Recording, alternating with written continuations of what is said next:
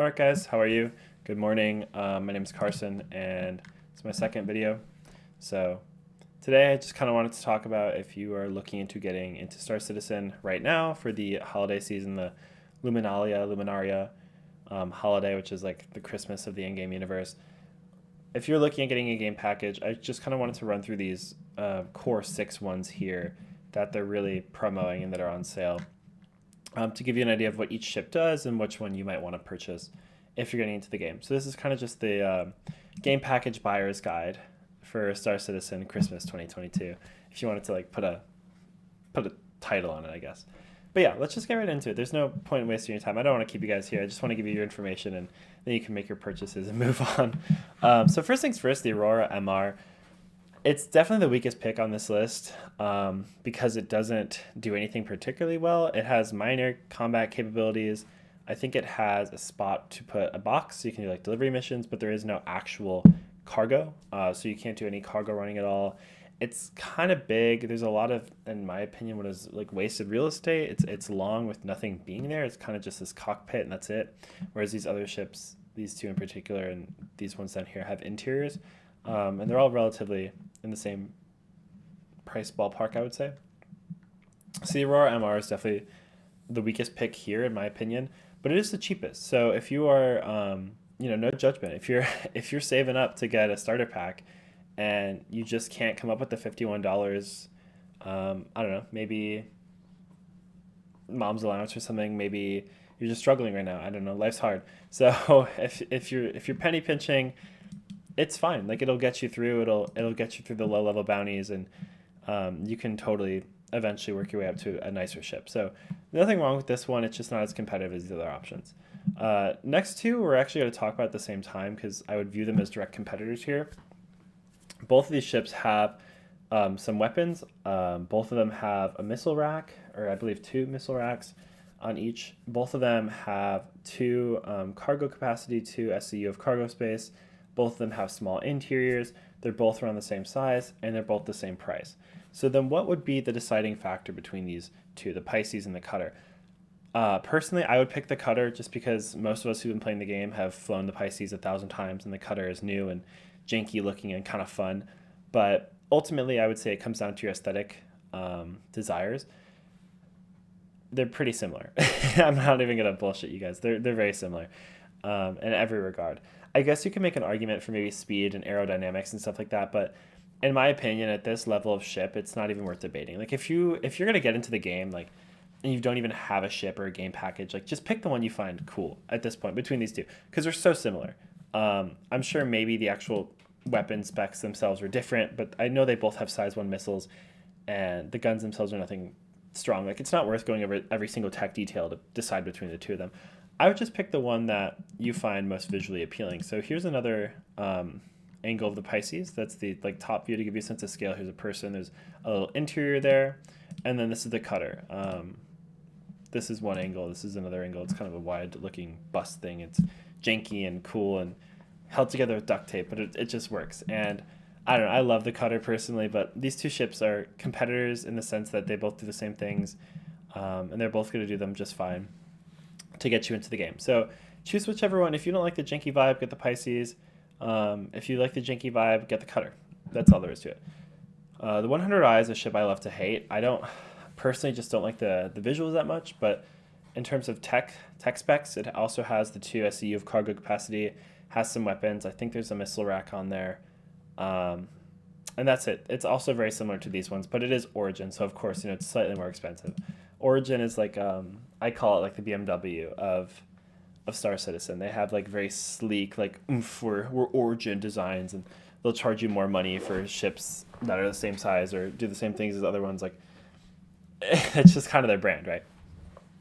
So this is the 100i. I think I already have it open, but whatever. Yeah, it's embarrassing. Tried to film this a few times, but this is the 100i. There is no interior to my knowledge. I think there might be a small back compartment where the cargo goes versus these other ones which have like actual walkable interiors. I think the only one that would have I think that'd be the 300i. Let's double check. think the 300i is when you start. Yeah, this is when you start getting the walkable interiors. So I don't even think the 100i has an interior. And in my opinion, it seems to get a lot of hate from people every time I see that ship come up in chat. Like, I don't know, maybe it's just like experience bias, like sampling bias of like maybe I've just had people who hate on the 100i, but definitely if you love the look of it, get it. It's not a terrible ship. It's just I think when you have these other options that are more unique, this looks very much like just like a sleek space shuttle, kind of like the Avenger Titan, which looks like a space shuttle, but somehow has more personality. I don't know. There's just something that rubs me the wrong way about this ship. But on a technical level, it's very similar to the other ones. You still have that very small cargo capacity, just enough to get you cargo running.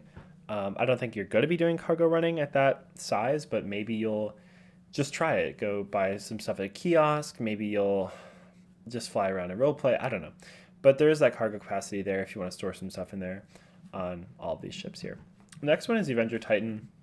It's a bit bigger. I think it has like 8 SCU, maybe a bit higher than that. These two I don't know the exact specifics for the cargo capacity, but I know the Nomad has the most out of all these here. But anyways, the Avenger Titan has the most firepower that we've covered so far. It has some lasers, a Gatling gun, and then some missiles.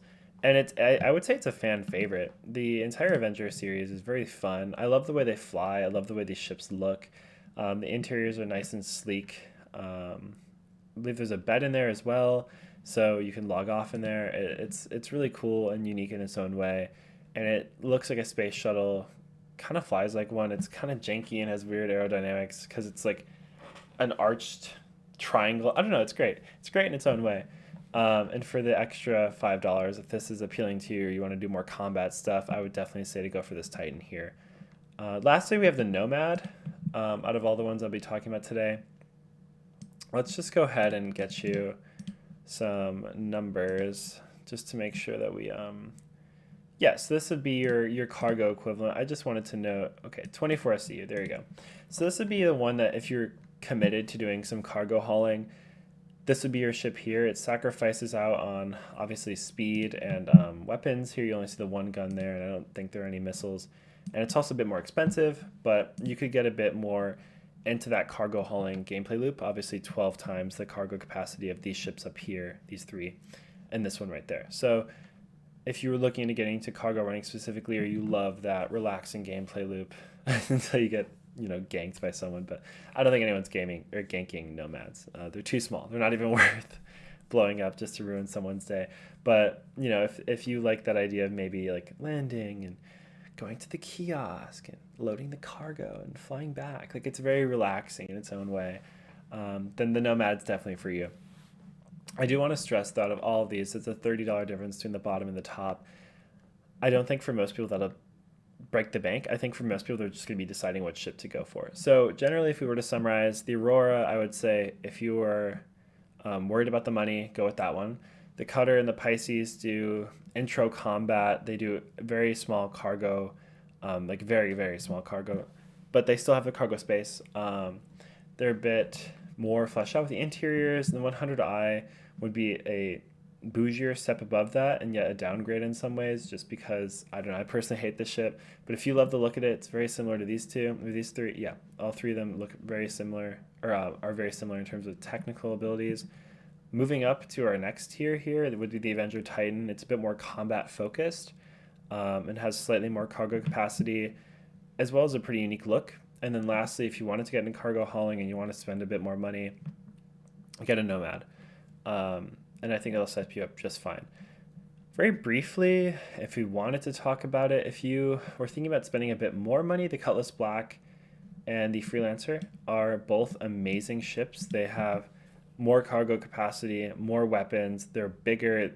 This one I would call like a medium fighter. I think it's like quite a bit more cargo capacity. I think it's in the 40s, if I recall.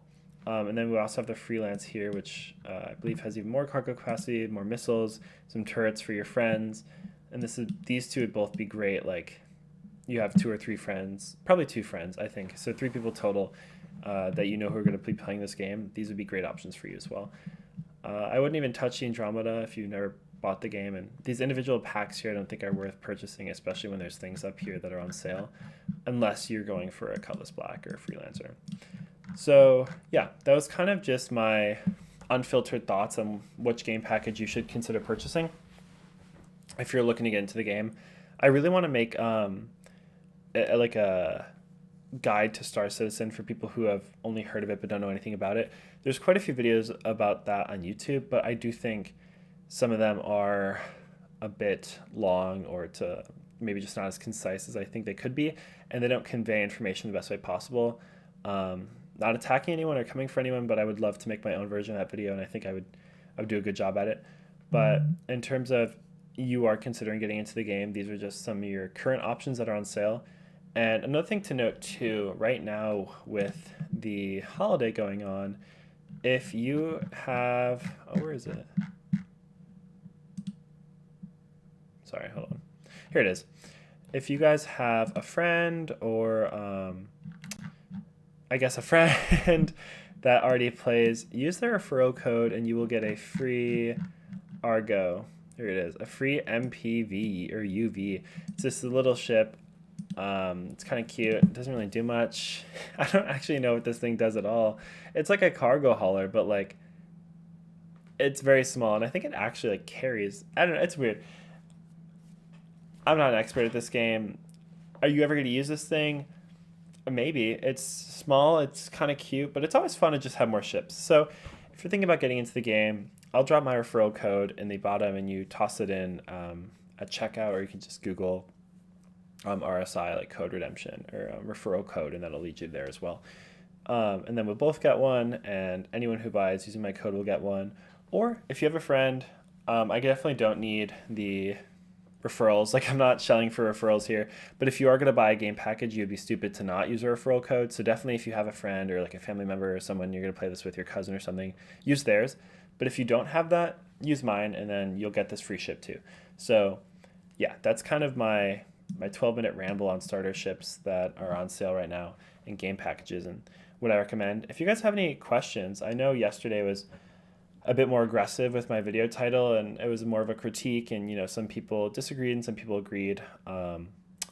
But Star Citizen is a very nice community, and I think conversations like that are really common about the direction the game is going in. And I don't think anything about what happened yesterday was rude, or like people discussing the comments or just telling me I was wrong. Like, I'm completely fine with that, but I think this video will have a nicer basis for like if you have questions about getting into the game or you're uncertain about something, ask. And I mean, I have like 10 subscribers, so I will see your comment and I can certainly reply to it, and I'm sure some other people might as well. So yeah, welcome to the verse if you're going to purchase a game package, and I'll see you guys in the next video. Look forward to my version of an intro to Star Citizen, everything you need to know video soon. And yeah, be well.